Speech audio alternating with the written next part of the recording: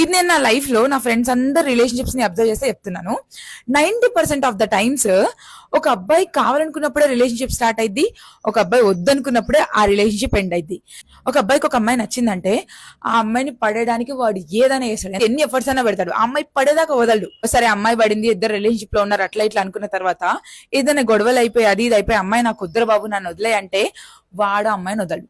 వాడు బతిమలాడో బుజ్జగించో బెదిరించో ఏదో ఒకటి చేసి ఆ అమ్మాయిని 100% కన్విన్స్ చేస్తాడు. ఎందుకంటే అమ్మాయిని లవ్ లో ఉన్న అమ్మాయిని కన్విన్స్ చేయడం చాలా ఈజీ యాక్చువల్ గా.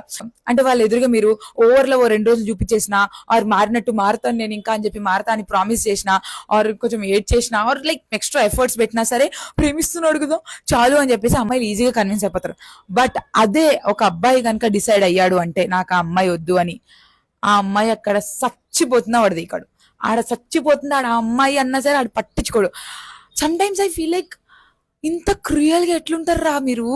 లైక్ మీరు వెనకబడ్డ అమ్మాయి, మీరు లవ్ చేసిన అది ఇదని చెప్పిన అమ్మాయి ఆడ చచ్చిపోతుంది నీకోసం అన్నప్పుడు అసలు పట్టించుకోకుండా ఎట్లుంటారు? అసలు దేకకుండా నాకు సంబంధం లేదు, నాకు ఏమైపోయినా అంత లైక్ ఒక్కొక్కసారి నాకు దిమ్మ తిరిగిపోద్ది తెలుసా ఆలోచిస్తే. లైక్ అందరు అబ్బాయిలు ఇలా అని చెప్పట్లేదు కానీ ఐ హావ్ సీన్ లైక్ నా ఫ్రెండ్స్, నేను చాలా మంది పీపుల్ అబ్జర్వ్ చేసిన పీపుల్ ఇట్లా ఉన్నారు తెలుసా. I feel like how come they can be like this.